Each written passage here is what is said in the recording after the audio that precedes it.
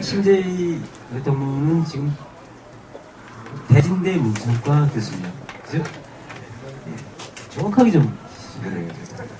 저는 관동대학교에서 거의 30년째, 30년 가까이 됩니다.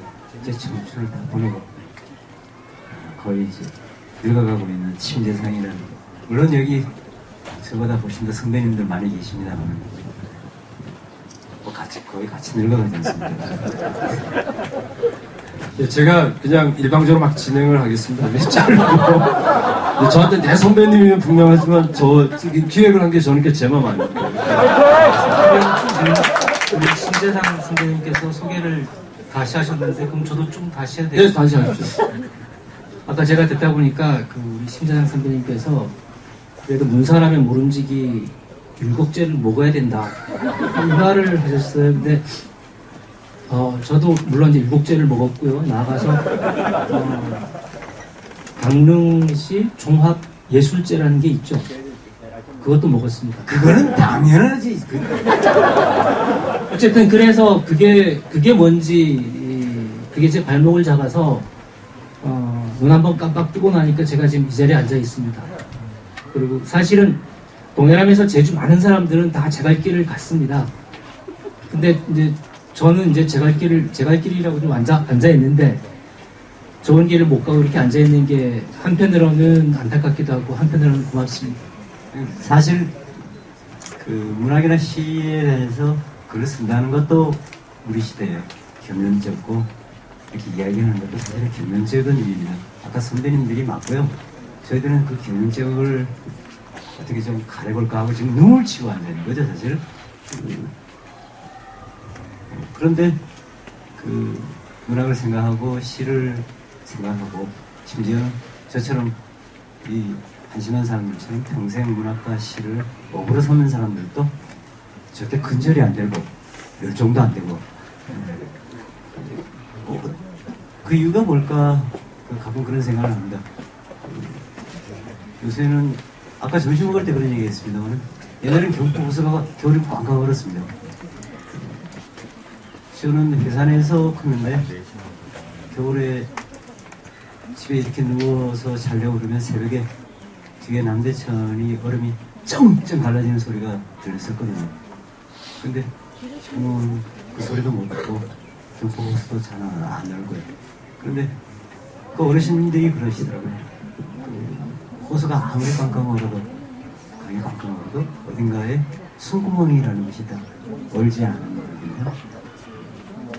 시나 문학이나 이런 것들을 근절시킬 수 없는 이유도 일종의 그런 것이 아닐까 싶습니다.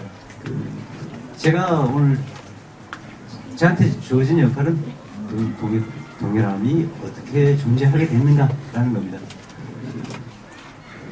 아까도 말씀드렸듯이 그때가 나야가라 뭐 이런 거의 후유증으로 고등학교들이 꽝꽝 얼어붙어 있을 텐데 제 친한 친구 중에 한 친구가 유독 정책의 야심이 컸습니다. 그래서 총학생회장의 주말을 저희들이 그렇게 한사코 말려는데 다 말을 안 듣더라고요. 그래가지고 여러 사람 인생을 망쳤습니다. 사실. 인생 망친 사람 중에 한 사람이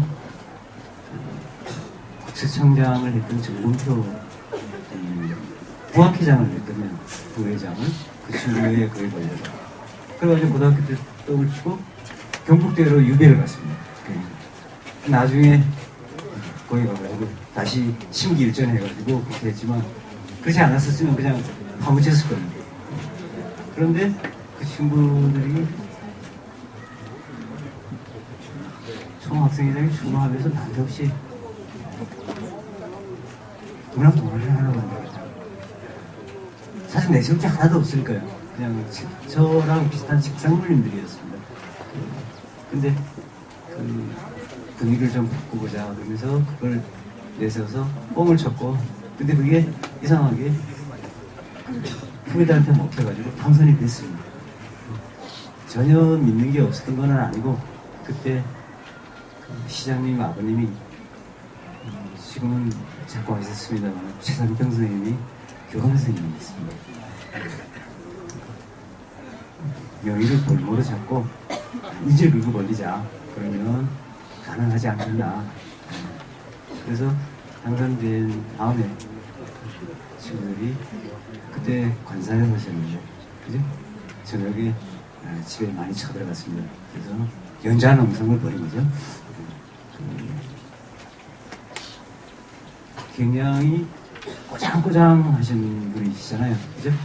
그 소문에는 확인은 안 됩니다만, 뭐, 검도가 몇 단이다, 뭐, 이런 뜻이 있어요. 그런데, 칼날 같으신 분이었고요. 그런데, 속은 아주 연하고 부드러우신 분이라서, 말도 안 되는 국민들이 와가지고, 깡짜를 부리는 걸 다 받아주셨습니다. 그리고, 결국에는, 저희들을 데리고, 호랑이 같으신 교장 선생님, 정상 선생님이시죠. 신화적인 인물이죠. 어떻게 말하면 강고를 지금 그 강고에 그 토대를 구축해놓은 그런 겁니다. 사실 뭐 호박에 시다가 먹힐 그런 이야기였는데 그 선생님께서 교장님 선생님을 선택해 주시고 결국은 허락을 받았습니다. 근데 대가도 치러야 했었죠. 그래서 이거는 공부하기 싫은 놈들,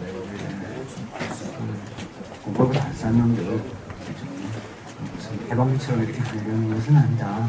그거를 교장 선생님께 증명하기 위해서 일단 첫 해에 초기 놈들을 학급 성적이 5등이네 성적 증명이 돼가지고 교장실로 갔습니다. 그게 좀 지난 다음에는 카메라함이 후배들한테 저기 애기띠죠. 그 소산이다. 그쪽에는 뭐 성적이 일정하면 안 되는 것들 그런 식의 소문도 나중에 들으니까 돌았더라고요. 전혀 그런 차원이 아니었고 어떻게 해서든 인가를 받아야 되니까 그러지 그러기 위해서 그렇게 해서 동해람이 탄생을 했고 제가 일기였습니다. 그런데 바로 그런 우여곡절 때문에 그 첫 해의 멤버들 중에서 문학과 시와 이런 걸로 밥을 먹고 사는 소위 업을 삼는 거는 문학이 뭐냐 저 하나도 없고 다 다른 쪽으로 다 튀었습니다.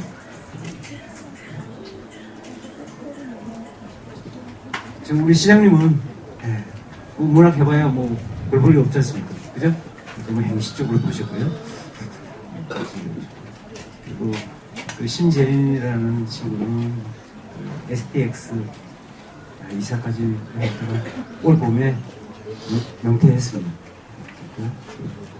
다 그런 식이에요. 그리고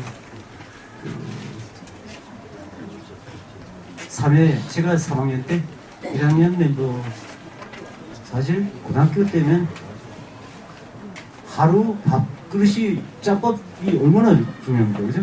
2학년도 3학년인데 6개월인데 1학년의 친구 하나가 논쟁을 하면 끝까지 굵어늘어지는 쌈따 같은 친구가 하나 있었습니다. 똑똑한 친구예요. 3학년들한테도 전혀 약국을 죽지 않고 던져주는 홍윤기라는 나중에 텔레비전에서 많이 보셨잖아요. 그죠? 대표 토론할 때 그 친구 진영의 쌈다 철학도가 돼가지고 지금 한국대학교에서 사실 그 친구도 문학학원을 갔었지. 저 혼자 외롭고 고독하게 혼자 바다에 떠있는 섬처럼 있었는데 한 10년쯤 지난 다음에 공동들이 수련을 했습니다. 사실 동해남의 역사는 이런 모임이 가능하게 만드는 것들은 저 같은 얼굴 넘는 인간이 아니고 동해남 10회 이후 20회까지 문학을 전공하고 시를 쓰는 좋은 후배님들이 많이 나오셨습니다. 그리고 그게 저 같은 사람의 가장 큰 행운이라고 저도 믿습니다. 그리고 그게 여기 나와 앉는 저희 유일한 이유입니다. 이상입니다. 저도 오늘 처음 알았습니다. 그 들어갈 때 성적표 떼고 들어갔다는 걸 처음 알았고요. 근데 저희 때 그러니까 70년, 80년을 전후한 저는 이제 70년 말에 고등학교 들어가서 80년 초에 나왔는데 그때는 성적표를 떼서 내진 않았습니다. 근데 그때 프라이드가 있었는데 이 동해람은 우리가 자생적으로 만든 모임이다. 요즘처럼 문학반, 문예부, 학교에서 정해준 그런 제도적인 모임은 아니었고 우리가 자생적으로 만든 모임이다라는 프라이드가 강했어요. 그래서 비록 지도교사가 있었지만 저희는 별로 그런 여기 안 오셨죠? 외랍되지만 별로 자문도 구하지 않고 저희 스스로 아마 활동하고 시 쓰고 이런 것에 좀 자부심이 있었던 것 같습니다. 그런 것이 아마 선배들이 만든 어떤 정신을 이어받지 않았나 싶은데 오늘 제가 확인한 바로는 지도교사가 있으면 공식적인 모임이랍니다.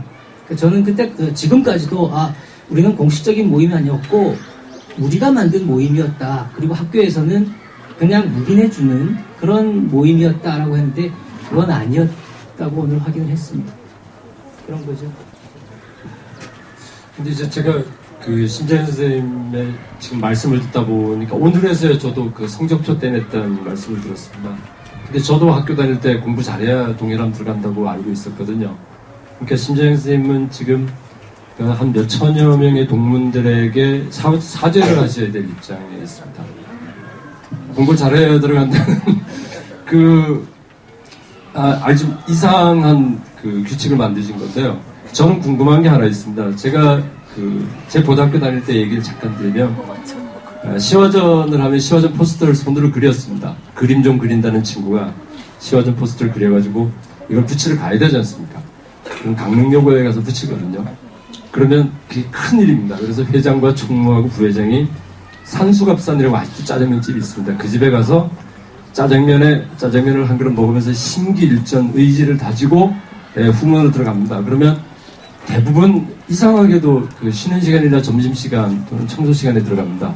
그러면 창문에 2,000명의 여고생이 다닥다닥 붙습니다. 그래서 저런 것들이 왔다.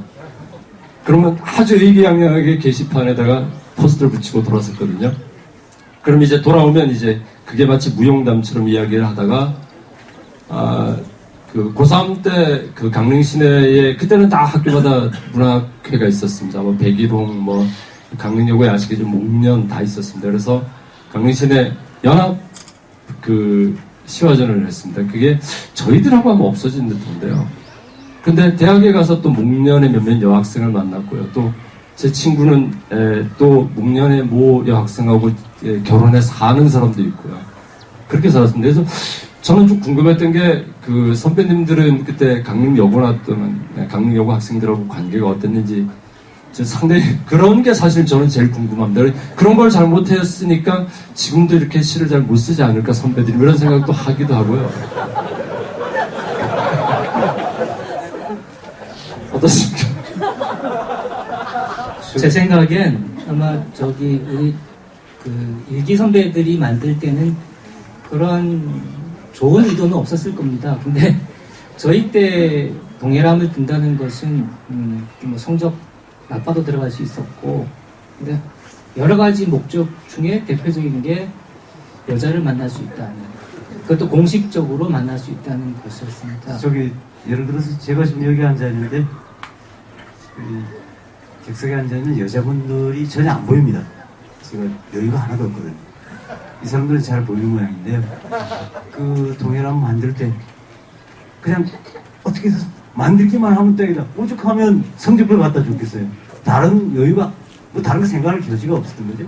무슨 머릿속에 머리를 넣어서 이런 여학생들하고도 그건 나중에 얘기고. 그러니까 그렇게 순수했다는 게 전 좀 순수했다라기보다는 절박했던 거죠. 예를 들어서 그리고 아까 저보고 뭐 책임지라고 그러면 했는데 그분들이 다 지금 문학을 하고 있어요, 정상인데. 대선 후보도 그렇잖아요. 우선 당선되고 봐야 되는데 그러면 공약 내걸고 당선되고 나면 잊어버리면 되는 거죠. 그죠?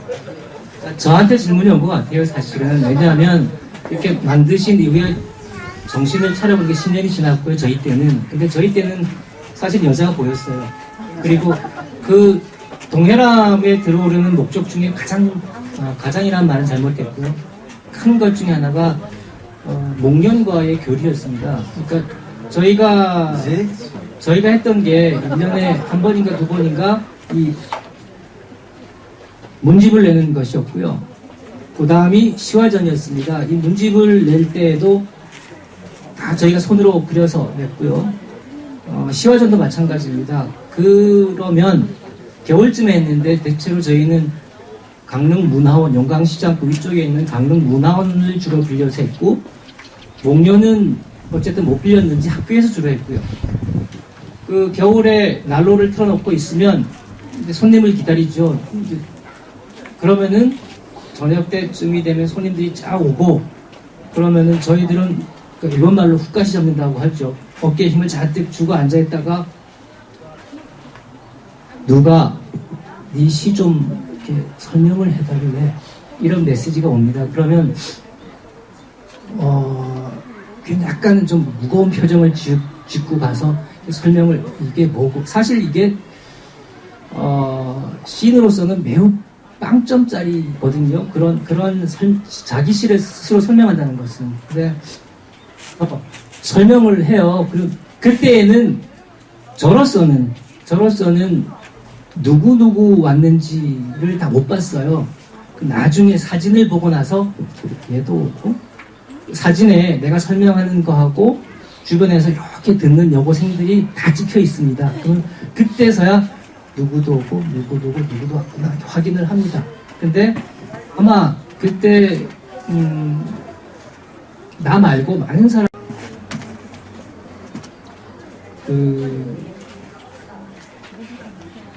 이미 사적으로 교류가 다 되어 가고 있지 않았을까 하는 생각을 해봅니다. 사실 저희가 배지를 달고 다녔어요. 동해안 배지. 제가 가지고 있던 걸 지금 와서 전시를 하고 있는데, 그 배지를 달고 강릉 시내를 활보하면 다들 이렇게 멋지다고 보는 것 같았어요. 제 마음에는. 그리고 그 배지를 달고 여고로 가면 뭔가 우리는 그냥 불순한 것이 아니라 순수하게 문학을 교류하기 위해서 왔다. 당당한 무슨 면허증 같은 그런 시대가 있었어요. 그러니까 우리 김남국 선생님은 그때의 어떤 내면적 풍경, 특히 여고와의 관계에 대한 내면적 풍경이 어땠는가를 묻고 싶은 모양인데, 사실 그게 상당히 많았죠. 그렇지. 저는 드리고 싶은 말씀이 있습니다. 왜냐하면 제가 동해남 제가 15기고 강구 14기입니다. 그런데 저는 여기 사람이 아닙니다. 저는 저 봉평이라고 하는 촌에서 유학을 온 사람인데요. 이미 이제 동해남 회장은 강릉 사람이 하는 거고, 주로 뭐 강중 졸업생이 하는 거고, 뭐 이렇게 암묵적인 게 있는데요. 촌놈이 와서 회장을 했습니다. 그런데 문제는 뭐냐면 이 여학생들의 교류가 초등학교 동창 뭐 이렇게 얽혀 있죠. 그리고 교회 다니고 성당 다니고 얽혀 있는 거죠. 그러니까 제가 이 여학생들의 관계를 잘 못 푸는 아주 병신 같은 회장인 겁니다. 근데 이제 시화전을 하면 여학생들이 오면 저는 시를 잘 쓴다고 나름 생각해. 저희 교장선생님도 인정하셨거든요. 지금요. 옛날 문집으로 김남국 씨 잘 썼다 이래. 그래 인정했는데 아무도 제 시를 보고는 얘기를 안 하고요. 뭐 가서 얘기하는 아이들 보니까 대체로 교회 다니고 성당 다니고 뭐 동창이고, 거기에는 꽃이 붙고 초콜릿이 붙고 사탕이 붙고, 모든 것이 시간이 지나면 타락한다는 걸 증명해 주는 거죠. 처음엔 안 그랬거든. 저는 사실 여기 존경하는 선배님들을 많이 와 계시는데, 오늘 저희가 사자고를 토해야 되는 날입니다. 그게 선배님은 임당동 캠퍼스 수이시죠. 저는 임당동에서 3년을 다니고 걸상을 메고 시가를 행진해서 남동에다 갖다 놓고 졸업을 했습니다. 그리고 84년에 관동대학교 국문과 교수로 돌아왔습니다. 그리고 동해남 후배들이 저를 불러주게 1년에 2번, 두세 번. 한 번은 토요일날 동해남 친구들이, 후배들이 모이면 저보고 와서 특급 강연을 해달라. 그래서 남동 캠퍼스 거기 교실에 가서 후배들을 만났습니다. 그리고 1년에 한 번씩 저희가 취하전을 합니다. 저한테만 찾아오는 거죠. 이제부터는 총동문회를 찾아가도 되지 않겠습니까? 그죠? 네, 매번 제가 이래니까요. 그래서 취하전 준비도 해야 되고 책자도 만들어야 되고 이것도 만들어야 되고 저 집사람 모르게 이제 봉투 좀 만들어가지고 주고 그리고 취하전 하는 날 가면요. 제가 그래도 후원자잖아요. 그죠? 거의 유일한 후원자입니다. 그죠? 근데 이 자식들이 여학생 한 대만 신경 쓰라고 저 돌아보지도 않는 거예요. 그렇죠.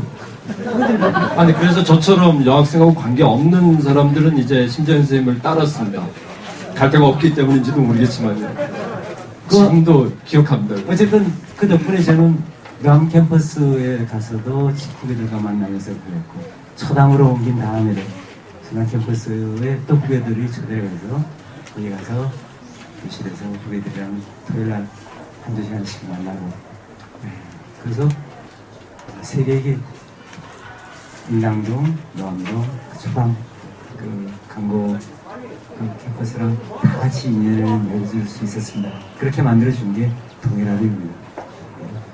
지금 김남국 선생님께서 자꾸 이제 여자 얘기로 몰고 가려는 것 같은데 어쨌든 그건 여기서 적고요. 제가 재주가 없었으니까 저희 때가 일종의 전환기가 아니었나 싶어요. 80년 전후에서 그때가 우리 사회에서 또 굉장한 전환기였고 그리고 저희가 입시제도에서도 잠깐 전환기였어요. 그리고 동해람 역사에 있어서도 굉장히 중요한 변환기가 아니었나 싶어요. 왜냐하면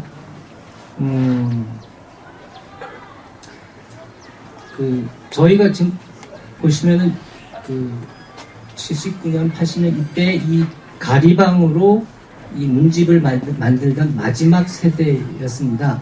그리고 그 이후에 이런 책이 나옵니다. 그러니까 타이핑을 했는지 식자를 했는지 어쨌든 이런 책이 나오고 이건 저희가 그림을 그리고 안에 타이핑도 됐네? 어쨌든 저희가 다 써서 이렇게 한국은행 맞은편에 있는 대서소에 가서 또 뭐 그림도 그리고 또 쓰기도 하고 해서 책을 만들었던 시대입니다. 근데 저희 돌이켜보면 저희 때는 아주 순수한 아마추어의 시대가 아니었나 싶은데 왜냐하면 저희 때는 사실 서울에서 어떤 시인이 있고 또 세상에 어떤 시집이 나와 있고에 대해서는 조금 몰랐던 세대가 아니었나 싶은데 제가 대학을 올라가고 문학을 전공하면서 우리 선배님이 등단하신 문학과 사회에서 이런 시집 나오고 창비라는 시도 나오고 그런 걸 알았는데 그래서 내가 방학 때 내려가면 후배들한테 이런 시집을 소개해 줘야지 내려갔더니 다 알고 있더라고요. 우리 밑에 후배들은 내가 볼 때는 약간 세미 프로가 아니었나 하는 생각을 해요. 왜냐하면 지금 돌이켜보면은 우리 심재상 선배님이 84년도에 내려오시고 저희 때는 사실 지도 교사가 있었지만 그냥 형식적이었던 것 같아요. 근데 저희 이후 이모 선생님, 신모 선생님들이 관여를 좀 많이 하셨어요. 그리고 결정적으로 우리 심재상 선배님께서 굉장한 열정을 이제 동해남에 쏟아 부으셨죠. 그러면서 내가 방학 때마다 내려오니까 아이들이 저희하고는 너무나 다른 거예요. 문지 시집을 다 읽고 또 창비시집도 읽고 그래서 이게 참 격세지감이고 우리랑 많이 다르구나. 문학에 대한 열정이나 또 문학에 대한 깊이나 폭이나 이런 것들이 저희들하고 너무나 많이 달랐던 걸 제가 느꼈습니다. 그러니까 일기 선배들이 만들던 시대를 거쳐서 저희 때 변화를 하고 그 이후에 좀 더 깊이 있는 문학으로 그러니까 김남국 선생 시대죠. 그때는 좀 더 프로의 모습을 갖춘 시대가 아니었나 하는데 없어졌다면서요, 동해람이? 없어졌다고 말을 하기엔 조금 곤란합니다. 대신에 이제 글을 쓰는 아이들이 거의 없죠. 그러니까 뭐 시대가 시대니만큼 문학을 하겠다는 아이들을 절대 시키고 싶지 않고요. 교사 입장에서도 그렇습니다. 시간이 많이 지나서 그 정리를 할 시간이 된 것 같습니다. 제가 저희 시대만 잠깐 말씀드리고, 저희 사실 좀 읽고 싶은 시가 몇 편 있거든요. 그래서 선생님들 읽으시고 저도 시 한 편 읽고 내려가도록 하겠습니다. 심재희 선생님 말씀대로 저희 시대에는 강릉의 바다시 낭송회라는 낭송회가 있었습니다. 이게 저희들한테는 바다시 낭송회에 가서 돈을 그때 800원이니까 1000원을 내면요, 시첩이라고 줬습니다. 그러니까 거기에 참여한 선생님들이 시를 이렇게 타자를 친 거였죠. 그거를 얻을 수 있었습니다. 그리고 차를 한 잔 줬거든요. 다랑, 김종달 씨가 운영하던 다랑에 가서 시첩을 하나 얻고 차를 한 잔 마시면 거기서 신앙송회가 끝나면 그 다음에 대하늘 같은 선배님들을 볼 수 있었습니다. 그럼 거기서 아무 말도 못하고 앉아있다가 이제 술자리는 이제 어른들끼리 가죠. 그래서 저희들은 이제 따로 먹으러 갑니다. 따로 먹으러서 그 선생님보다 훨씬 더 많은 술을 먹었습니다. 그래서 인생에 대해 생각을 했죠. 근데 그때 저희들 머릿속에 항상 있었던 게 뭐냐면 그 선생님들이 하는 이야기가 뭘까를 내가 기필코 알아내리라. 그때 제가 기필코 저분이 하는 말이 뭔지를 알고 싶다는 대표적인 분이 심정현 선생님이었습니다. 지금도 잘 모르겠습니다. 근데 그때 그랬거든요. 그래서 철학책도 읽어야 되는 거구나. 시도 열심히 읽어야 되겠구나. 그래서 산문사라는 서점에 가서 앉아있게 됐고요. 아마 기억하시는지 모르겠습니다. 그 이상한 서점 산문사에 앉아있고 창비나 문익 문학과 지성사에서 나온 시집 시리즈를 사기도 했고, 김수영을 처음으로 거대한 풀이를 사서 읽기도 했습니다. 그게 제 고등학교 시절이었고, 그것이 이제 저 위에 한 3년 4년 위에 이호영, 최영순, 이홍섭 이런 선배들, 지금은 아주 좋은 시인이 된 이홍섭 시인이나 그림을 그린 이호영 선배나, 또는 오늘 오진 못했지만 이성일 시인이나, 또는 제 아래로 몇몇 홍종화 시인이나 이런 시인들의 자양분이 됐다고 생각합니다. 그런 과정에서 지금의 동해람이 있다고 정리를 일단 해야 될 거고요. 이야기는 너무 길어서 좋을 건 없을 것 같습니다. 이따가 술자리에 가서 다시 이야기를 좀 마치도록 하는 게 좋겠습니다. 그리고 저 준비한 시 해주시고.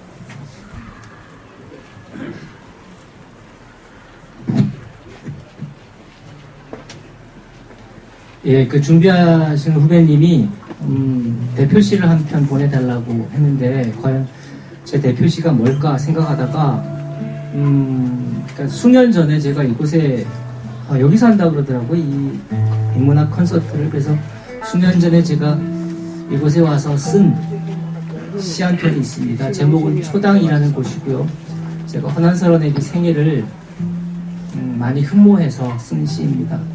비록 계절은 가을이었지만 시간 이맘때쯤, 해가 뉘엿뉘엿질 때쯤에 저기 기념관 앞에 저 나무 끝에 이렇게 해가 이렇게 걸려있는 것을 보고 슬픈 마음이 들고 처연해져서 쓴 시입니다. 들으셔도 좋지만 이렇게 같이 보면서 따라오시면 더 좋겠습니다. 51페이지입니다. 초당이라는 것. 초당의 가을 저녁에 당도해서야 나는 알았네. 일찍 죽은 옛날 시인 허초이의 생가를 돌아 나올 때, 멀리 대관령 너머로 막 해가 지려하고 목백합이라고 했던가 플라토나스 같기도 하고 미루나무 같기도 한 곧고 높은 나무들의 가지 끝에 슬픔의 왕관인 듯 저녁빛이 겨우 와 닿는 것. 매일매일 그때에만 잠시 사람으로 환생하는 참으로 말없는 나무가 그곳에 있다는 것. 들릴 듯도 한 강문의 저문 파도 소리가 가볍지도 않고 무겁지도 않은 바람에 얹혀 해송숲에 와서야 쏴 풀어질 때, 가을 저녁에만 어둑한 솔숲을 걸어 눈물 속으로 사라지는 파도 소리가 거기에 있다는 걸. 누군가를 사랑하고 누군가와 헤어지고 저녁빛을, 파도 소리를, 또 삶을 떠나는 일. 해지는 가을 초당을 걷다 보면 시인의 집처럼 낮고 적막한 그 순간들, 뒤돌아보지 않아도 다 보이네. 걸음걸음 다 들리네. 감사합니다.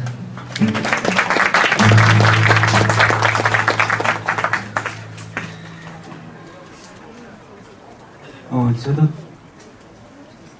대표시를 못 골라줬습니다. 저는 아예 침묵을 지켰었죠. 어쩌다가 제 시나 시집을 읽는 많은 분들이 당신이 쓰는 게 시가 맞냐? 라는 질문을 많이 하십니다. 그게만 시달리는데 거기다 대표시를 고르라고 제가 어떻게 고르겠습니까?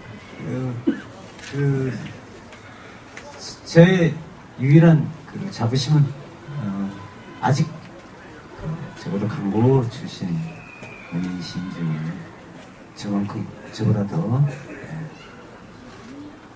돌서성적이고 건조하고 무슨 개짖는 소리인지 알 수 없고 막무가내인 그런 글을 계속해서 써내고 발표하는 사람은 아직 없다는 것. 그게 저의 존재입니다.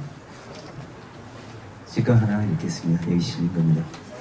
끝내 당신은 심재상 우리 들뛰는 식욕의 옴매무새를 매끈하게 가다듬을 수 있게, 우리 괴오르는 침만으로도 굳은 빵 껍질을 흠뻑 적실 수 있게, 식어가는 식탁 앞에서 우리 모락모락 인내심을 뜸들일 수 있게, 마침내 우리 수치와 죄스러움만으로도 남산만하게 배불릴 수 있게.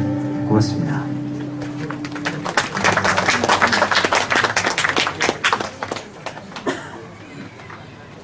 네, 지지는 58쪽에 있습니다. 이거 낭송을 하면 저희 집사람이 여기 안 와 있기 때문에 그래도 괜찮습니다. 낭송하겠습니다. 첫사랑은 곤드레 같은 것이어서, 내게 첫사랑은 밥 속에 섞인 곤드레 같은 것이어서 데쳐져 한 계절 냉동실에서 묵었고, 연초록색 다 빠지고 취나물인지 막나물인지 분간이 안 가는 곤드레 같은 것인데, 첫사랑 여자네 옆 곤드레 밥집 뒷방에 앉아 나물 드문드문 섞인 밥에 막장을 비벼 먹으면서 첫사랑 여자네 어머니가 사는 집 마당을 넘겨보다가, 한때 첫사랑은 곤드레 같은 것이어서 햇살도 한 평밖에 몸 닿지 못하는 참나무숲, 새끼손가락만한 연초록 대궁에 솜털이 보송보송한 까실까실한, 속은 비어 꺾으면 툭 하는 소리가 허튼 약속처럼 들리는 곤드레 같은 것인데, 종아리가 희고실했던, 가슴이 크고 눈이 깊던 첫사랑 그 여자 얼굴을 사발에 목구멍에 밀어 넣으면서 허기를 쫓으면서. 고맙습니다.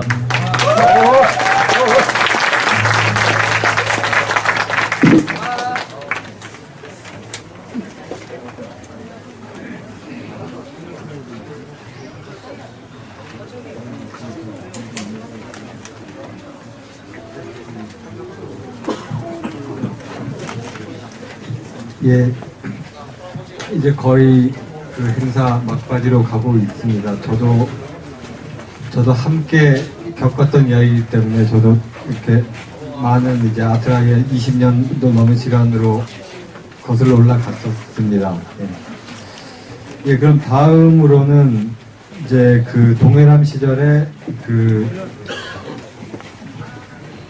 동해남을 거쳐서 그 이후로도 계속 시 활동을 이어가고 있는 시인들 가운데 두 분을 모시겠습니다. 먼저 17회 김시연 선배님이십니다. 예. 네.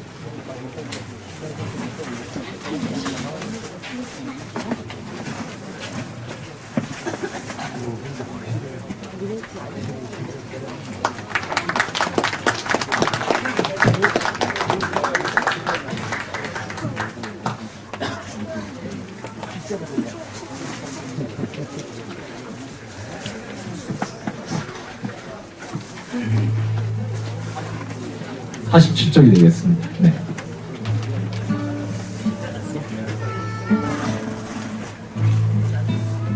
도라산역 숙포천 강가에서 김시천.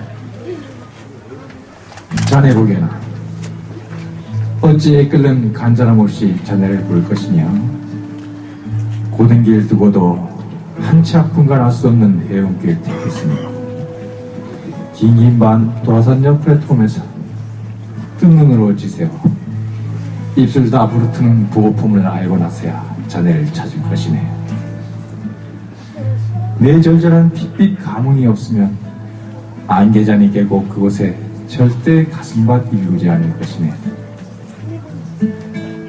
오대산 능선을 타고 오는 것이 무엇인지 그것을 어찌 무인무구만 알 것이냐. 안개잔이 계곡에 다다랐어만 알겠는가.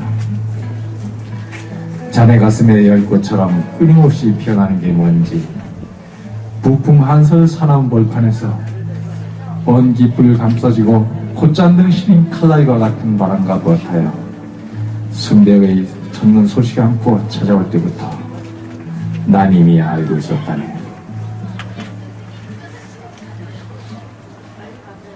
하늘과 땅에 온통 폭설이 터붓고 그 숨길길 따라 내 그리운 자네가 가슴 가득 해운풍 안고 자박자박 걸어올 줄 알고 있었다네. 행여라도 자네 발걸음 더디면 숨소리조차 내지 못하고 하얗게 절정으로 치닫는 상고대가 한꺼번에 쏟아지는 그런 조바심으로 속내를 다스렸네. 언젠가는 꼭 만나야만 할 자네에게 기다림에 세우는 설레임 하나만으로도 내겐 청춘으로 가는 젊음이었네. 붉게 노을지는 석포천 강가에서 보들피리 불면 그 피리 소리에 고개 끄덕여줄 이유가 바로 자네가 아니었던가.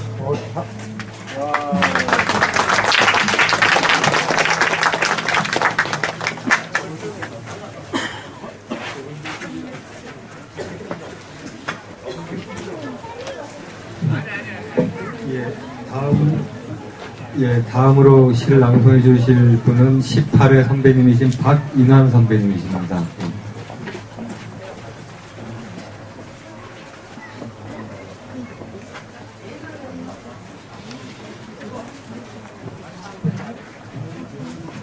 예, 이름이 오타가 났습니다. 박민환이 아니고 박민환입니다.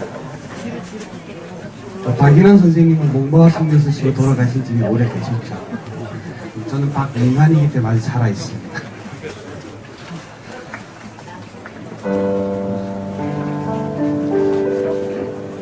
정동진, 박민환.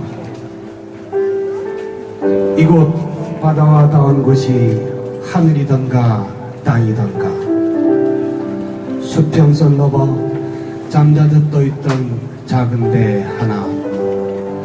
아침을 씻고 귀향을 서두를 때 나는 정동진 간이에게 기대어 지나간 사랑의 눈물을 줬는다.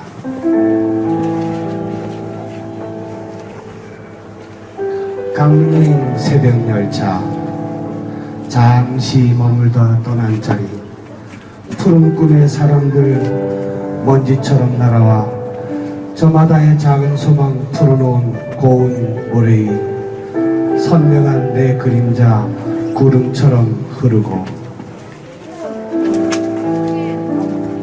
먼 곳 락가사에서 울려오는 참외의 독경소리 발끈모아 합창할 때 바람 따라 흘러가는 아픈 기억의 여울.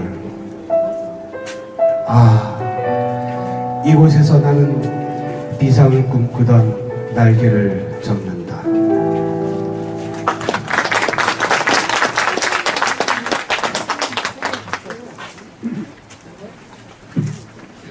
예, 그 프로그램 상으로는 23회 이성일 시인과 26회 홍종화 시인도 시를 낭송해 주기로 했었는데 오늘 사정이 여의치 못해서 못 왔습니다. 그 동해람 출신의 그 활동하고 있는 여러 시인이나 적어도 등단했던 많은 분들이 있는데 많이 못 모셔서 좀 아쉽습니다. 그 대신 좀 특별한 이 신앙송은 이제 마지막 신앙송이죠. 그 특별한 그 낭송이 하나 마련되어 있습니다. 여기 김남극 그 시인이 이제 강릉고등학교 지금 현재 고교사로 근무하면서 이제 다시 이제 동해람을 만들었다고 합니다. 그래서 그 동해람 활동을 하고 있는 학생들이 있는데 그 가운데 지금 현재 1학년에 재학 중인 김명선 학생입니다. 그 학생이 이제 동해람 32회 그 저희한테는 후배고 전 김명선 학생한테는 선배겠죠. 32기인 전금표 그 동문의 증산이라는 시를 직접 자기가 골랐다고 합니다. 고르라고 했답니다. 제일 좋은 걸로 마음에 든 걸로 고르라고 했더니까 자신이 직접 골랐다고 합니다. 저기 지금 현재 재학생이고 또 강릉고등학교의 미래이기도 하니까 큰 박수로 맞아주시기 바랍니다.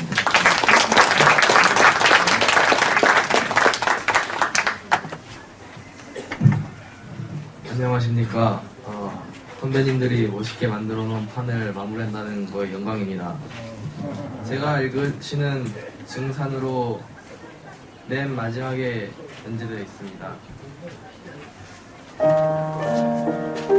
증산 전근표 울산으로 안산으로 19 청춘의 고3이 취업을 나간다. 오토바이 사고로 떠난 그 친구도 그러했듯이 증산을 떠난 내 국교 동창들은 하나 둘 흩어져 소식도 들을 수 없는 먼 타지에서 독립했다.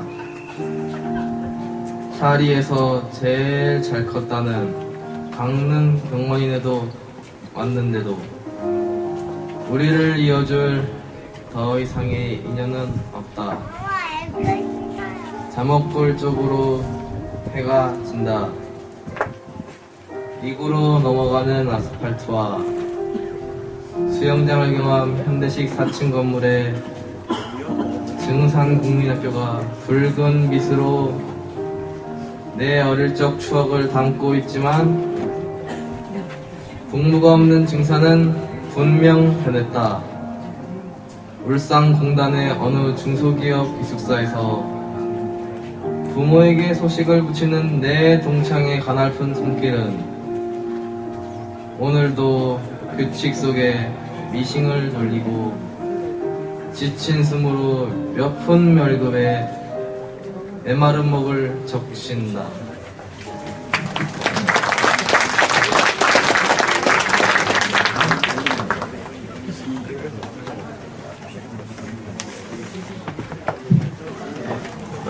예, 후배님께 다시 한번 감사드리고요. 제가 그 순서를 헷갈렸던 그였었는데 죄송하게 됐습니다. 이 행사를 천천히 이제 마무리해 가면서 이 어떤 뭐랄까요, 그러니까 어떤 마지막 피날레를 분위기를 만들어 주실 뮤지션 두 분이십니다. 지금 장지연 가수분이신데 MBC 신인가요제 대상 출신이시고 이승우 뮤지션이신데 양력이 특이하십니다. 강원도 치과의사회 회장이라고 그러십니다. 어쨌든 두 분께서 저희들께 특별히 음악을 선사하시겠습니다.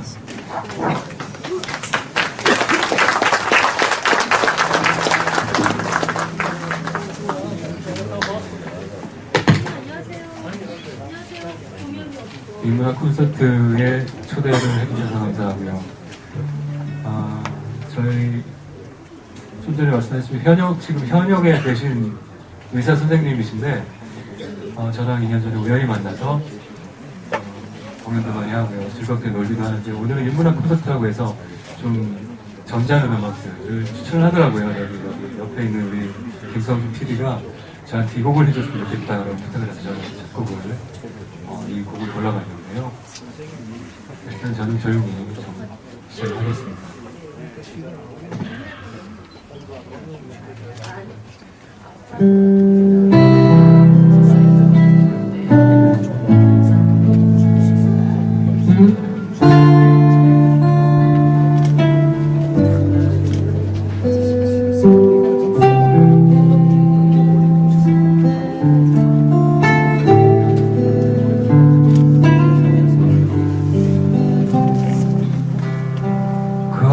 푸른 바닷가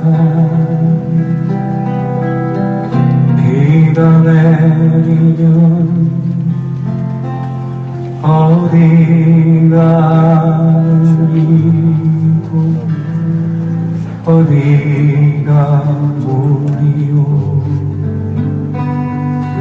그 깊은 바다 속에 고요히 잠기면 무엇이 산 것이고 무엇이 죽었소 눈앞에 떠오는 친구의 모습 흩날리는 꽃잎 위에 아른거리요 저 멀리 들리는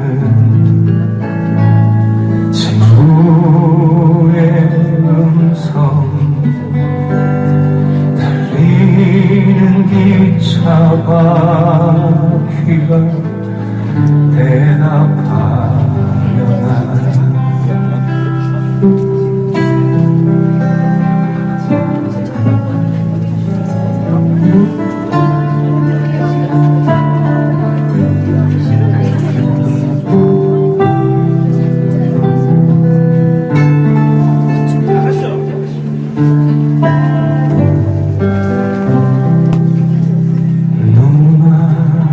눈앞에 보이는 많은 모습들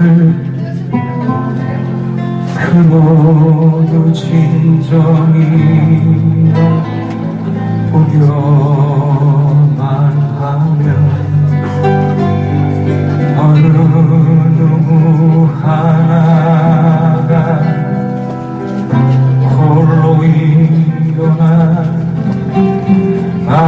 아니라고 말할 사람 누가 있겠소 눈앞에 떠오는 친구의 모습 흩날리는 꽃잎 위에 아른거리요 저 멀리 들리는 친구의 음성 달리는 기차 바퀴가 대답하려나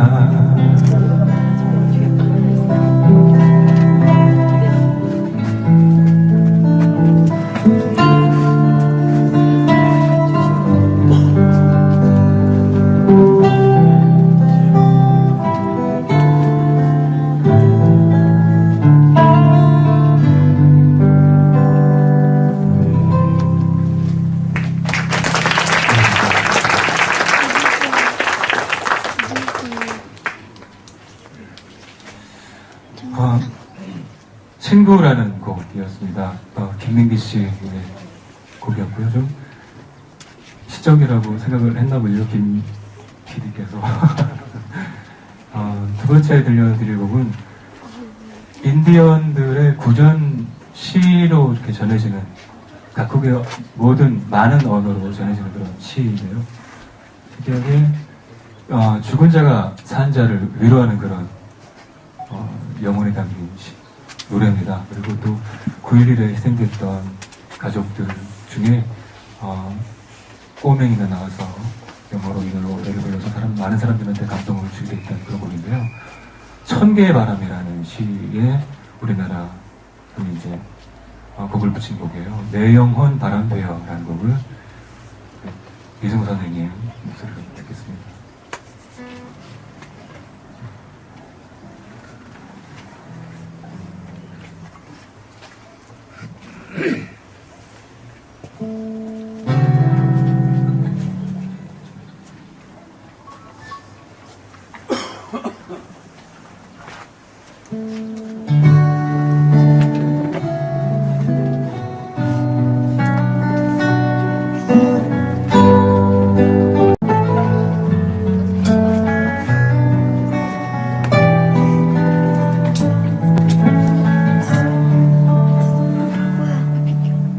그곳에서 울지 마오. 나 거기 없어. 나 그곳에 잠들지 않았다고. 그곳에서 슬퍼 마오. 나 거기 없어. 그 자리에 잠든 게 아니라고. 나는 천의 바람이 되어 찬란히 빛나는 눈빛 되어 혹시 경그는 햇빛 되어 하늘한 가을비 되어 내 아침 고요히 깨라면 새가 되어 날아올라. 밤이 되면 저 하늘 별빛 되어 부드럽게 빛난다오. 그곳에서 울지 마오. 나 거기 없어. 나 그곳에 잠들지 않았다고. 그곳에서 슬퍼하오. 나 거기 없어. 이 세상을 떠난 게 아니라오.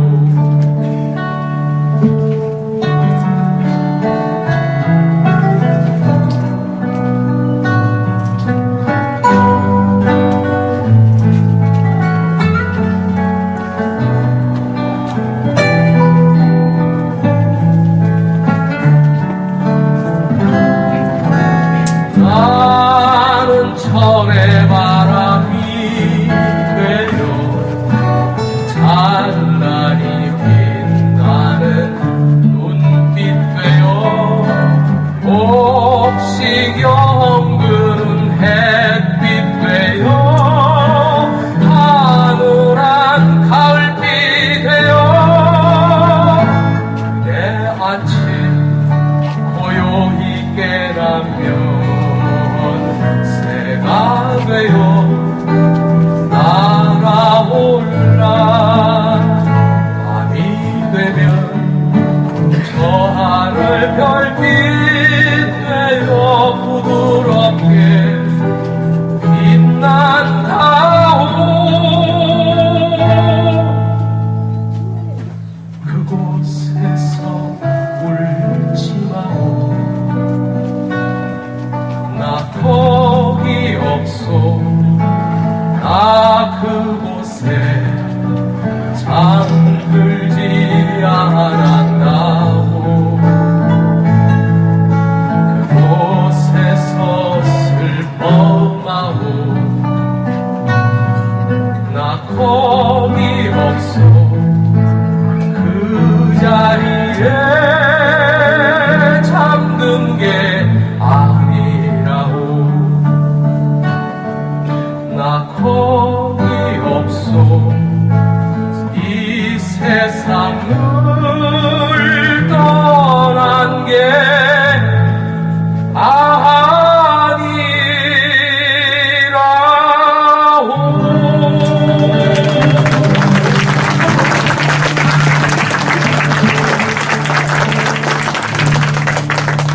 감사합니다.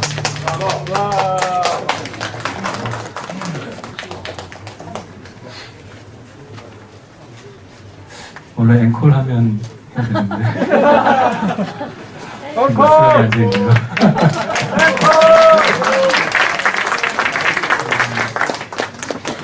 노래 정말 잘하시죠? 감사합니다. 저기 앵콜이라는 말은 없었지만 저희가 그래도 혹시 몰라서 하나를 더 준비했거든요. 10월은 아닙니다. 근데 10월 반 잘라서 5월에 어느 멋진 날에도 마지막 노래 하겠습니다.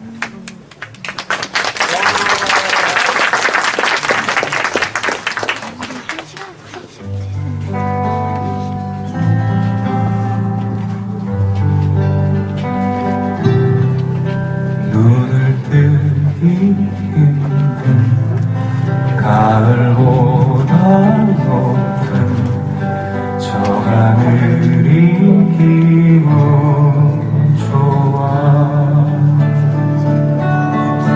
휴일 아침이면 나를 깨우쳐와 오늘은 어디서 무얼 할까 창밖에 앉은 바람 한 점에도 사랑은 가득한 것 널 만난 세상 더는 소원 없어 바람은 죄가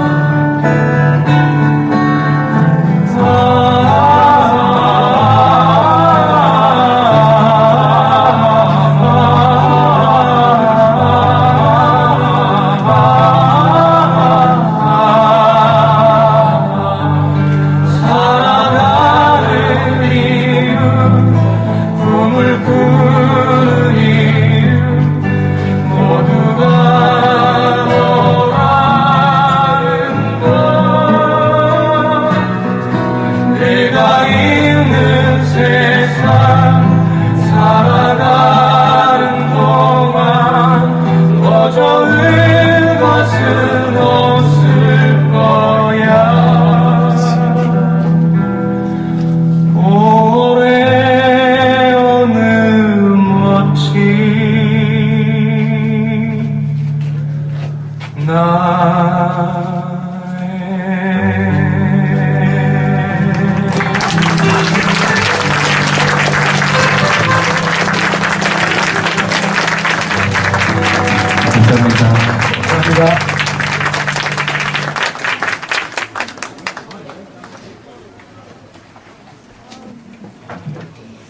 예, 좋은 음악 감사드립니다. 예, 이제 예, 마지막 순서 2개가 남았습니다. 우선 저기 현재 문희협회 한국문희협회 이사장으로 계신 3회 정정명 선배님께서 뭐랄까요, 그러니까 이런 우리들의 전체 이런 강릉고등학교 문화활동을 회고해 주시는 예, 간단한 말씀을 해주시겠다고 하십니다. 예, 정종명 선배님을 모시겠습니다.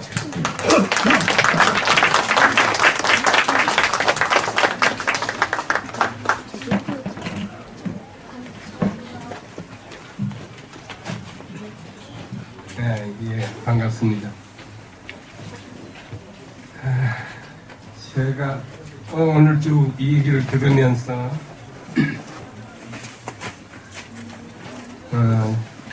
이 콘서트 자체가 시인들을 위한 자리고, 그러면서 강릉고등학교에서 시인 말고 소설가는 누가 있는가 늘 궁금했댔어요. 제가 알기로는 우선 제 자신이고, 두 번째는 사회 졸업생 이광식 동문이 소설가고, 그 외에는 제가 가문한 탓인지 한 번도 만난 적이 없습니다. 그리고 제 후에 저는 오늘 이 자리에 앉아 계시지만은 김일수 선배님, 엄창석 선배님, 그리고 요 재승학, 박용래, 이 선후배님들은 원영동 선생님 지도교수로 문예반에서 문학 공부를 했습니다. 그리고 제가 서울로 올라가서 문단에 등단을 하고, 저는 평생을 문단 주변에서만 살았어요. 딴 일은 하지 않고 오로지 책 만들고 그리고 작품 쓰는 일로 평생을 보냈습니다. 그러면서도 강릉고등학교 우리 후배들은 과연 몇 명이나 시인이 나왔고 작가가 나왔을까 늘 궁금해하면서도 정작 그런 얼마나 되는지를 알 수 있는 그런 연이 없었습니다. 그런데 오늘 이 콘서트를 통해서 좋은 시인들이 참 많이 나왔구나, 그런 걸 새삼 확인을 할 수 있었습니다. 오늘 이 자리에는 참석하지 않았습니다만은 그 박세현 시인은 제가 평소에 좋아하는 시인 중에 한 사람인데, 그 박세현 씨가 우리 강릉고등학교 동문인 줄도 오늘 처음 알았습니다. 저도 무심했지만 이 박세현 시인도 그래요. 이렇게 우리 문인들이 참 자존심이 강하고 이 작품을 쓰는 이런 사람들이 되다 보니까 저인데 제가 후배입니다 뭐 이런 얘기를 일부러 안 하신 게 아닌가 그럴 정도로, 제가 다녔을 그 무렵에는 아까 말씀드린 것처럼 강릉여고에는 윤명 선생님이 계셨고요. 시인입니다. 아주 시를 잘 쓰시는 분입니다. 지금 살아 계십니다. 아주 가끔은 저도 만납니다. 강릉고등학교에는 원영동 선생님이 계셨습니다. 이분은 제자 사랑이 넘치고 또 넘치는 분입니다. 연을 맺은 사람은 어떻게 하든 시인을 만들고 싶고 소설가를 만들고 싶고 하여간 글 쓰는 쪽으로 연결을 시키던 그런 분이었어요. 그래서 그 원영동 선생님 덕분에 문단에 등단한 시인 작가들도 여러 명 계십니다. 이분은 지금 현재 타계하셨습니다. 이분 때문에 저도 강릉고등학교에 입학하고 나서 이 원영동 선생님을 만나는 바람에 운명적으로 작가가 되었습니다. 문예반에 글을 한 편 국어 시간에 써냈는데 원영동 선생님께서 너 문예반으로 와라. 그래서 문예반에 들어가게 됐고 아까 말씀드린 것처럼 엄창석 시인, 김일수 시인도 거기서 만났습니다. 그리고 시가 저보고 시를 쓰라고 했는데 시가 길어지니까 너는 안 되겠다. 산문을 써라. 그래서 또 운명적으로 소설가의 길을 가게 됩니다. 이분이 제가 고등학교 2학년 무렵에 서울로 떠나십니다. 그리고 나서 우리 강릉고등학교에는 시인이 한 분도 안 계시죠. 시는 아니고 국어를 담당하시는 분 김병덕 선생님께서 잠시 문예반을 지도하시는데 원영동 선생님은 자기 허락을 받지 않고 학원에 투구를 한다든가 어디 현상 공모에 응모를 하면 안 됩니다. 그렇게 엄격하게 통제를 하셨어요.